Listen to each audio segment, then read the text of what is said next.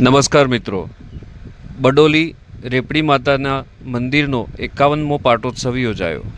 પ્રાપ્ત માહિતી અનુસાર ગત રોજ તારીખ 1 મે 2026 ને શુક્રવારના દિવસે ઈડર તાલુકાના બડોલી મુકામે રેપડી માતાજીના મંદિરનો 51મો પાટોત્સવ યોજાયો, જેમાં રાવલ પરિવાર દ્વારા હવનનું અને મહાપ્રસાદનું આયોજન કરવામાં આવ્યું હતું, જેમાં મોટી સંખ્યામાં લોકો ઉપસ્થિત રહ્યા હતા અને હવન અને મહાપ્રસાદનો લાભ લીધો હતો અને માતાજીના આશીર્વાદ પ્રાપ્ત કર્યા હતા।